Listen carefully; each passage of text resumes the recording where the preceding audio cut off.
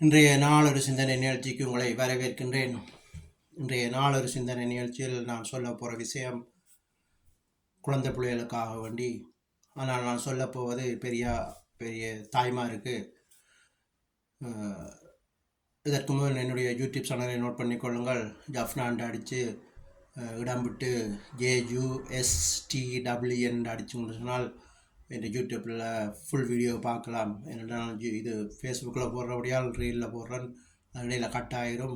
எனவே நீங்கள் ஃபுல் வீடியோவை யூடியூப்பில் பார்க்கலாம். விஷயத்துக்கு வருகிறேன். என்னென்னு சொன்னால், சிறு பிள்ளைகள் எந்த நேரம் பார்த்தாலும் அழுது கொண்டிருப்பார்கள், இரவு அழுவார்கள்.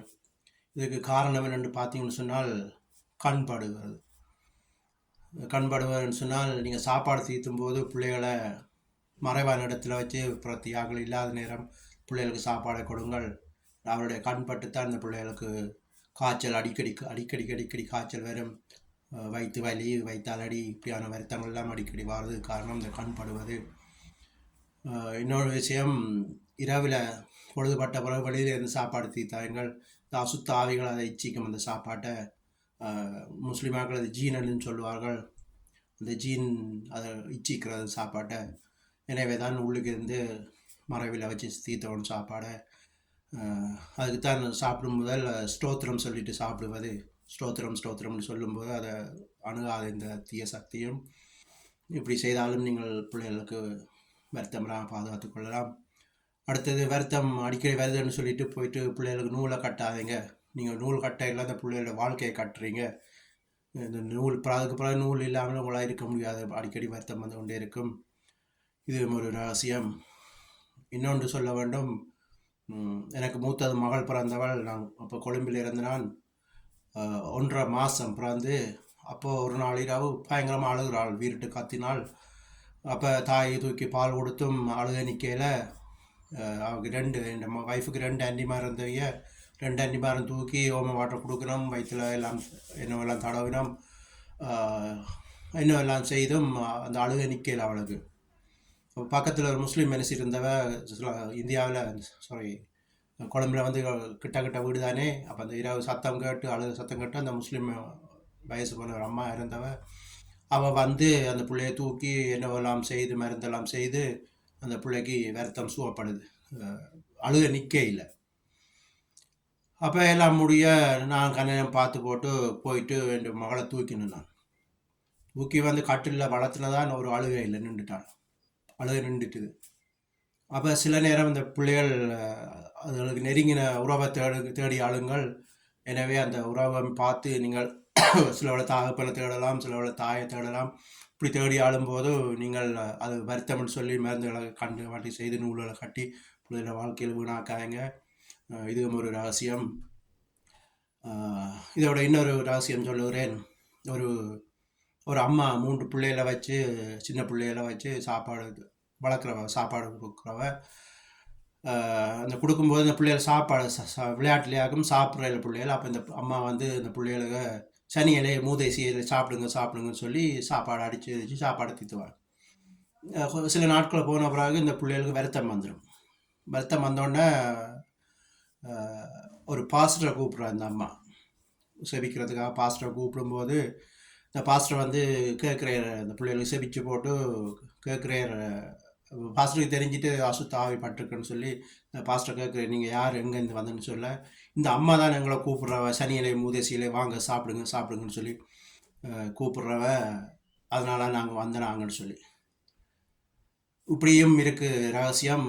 அதனால சொல்லுகிறேன், பிள்ளைகளுக்கு சாப்பாடு தீர்த்தும் போது இல்லாட்டி நார்மலாகவே பிள்ளைகளை இப்படியான வார்த்தைகள் சொல்லி வளர்க்காதீங்கள். கோபம் என்றால் 2 அடி அடித்து போட்டு கோபத்தில் பிள்ளைகளை இதண்டு போட்டு அன்பா அணைச்சி இதண்டணும். இந்த கூடாத வார்த்தைகள் சொல்லி பிள்ளைகளை வளர்க்கக்கூடாது. சனியிலே மூதேசியிலே. எனக்கு தெரிந்த ஒரு ஆண்டி இருக்கிறா, அவள் வந்து பிள்ளைகளை எரும மாடுகள்னு சொல்லுவாள். பிள்ளைகளை பார்த்தீங்களா இப்படி பெருசாக எரும மாடு தான் இருக்கும் பிள்ளைகள். அதே மாதிரி பண்டிகைன்னு சொல்லுவாங்க சிலவர்கள். இப்படியா மாடுகள்னு சொல்லுவார்கள். இப்படியான வார்த்தைகளை பிள்ளைகளுக்கு பாவிக்காதீங்க. அன்பான வார்த்தைகளை பேசி பிள்ளைகளோட மரியாதையாக காயத்து பழகுங்கள். இப்படி வளர்க்கும்போது பிள்ளைகள் நல்ல ஒரு நிலைக்கு அந்த தாய் தப்பின்ற தாயப்பன் இப்படி சனியனை மூதேசிகள்னு சொல்லும்போது அந்த பிள்ளைகளுக்கு அந்த அசுத்த ஆவிகள் பிள்ளைகளை பிடிச்சால் அந்த பிள்ளைகளோட வாழ்க்கையும் ஒரு மாயத்தான் இருக்கும். வருத்த துன்பம், பிள்ளைகளோட வாழ்க்கை விருத்தி இருக்காது. அந்த நூல் கட்டுவதனால் பிள்ளைகளோட பிள்ளைகளை கட்டி வைக்கிறீங்க.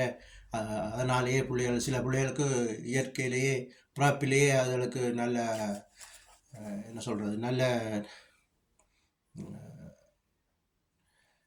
நல்ல ஒரு செல்வந்த இது இருக்குது, பிள்ளைகளுக்கு சிறப்பான வாழ்க்கை இருக்குது. ஆனால் நாங்களே அந்த பிள்ளைகளை கட்டி அந்த இதுக்குள்ளே அடக்கி வைக்கின்றோம்.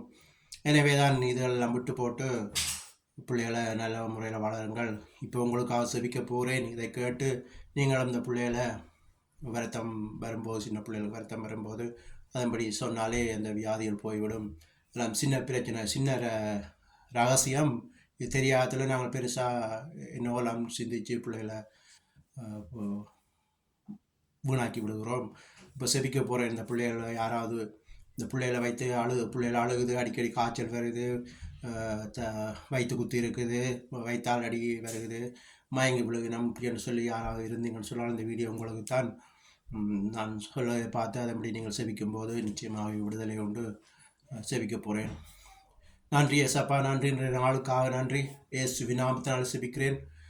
ஏசப்பா, இந்த வீடியோ பார்க்குற சனங்கள் பாக்கியவான்கள்.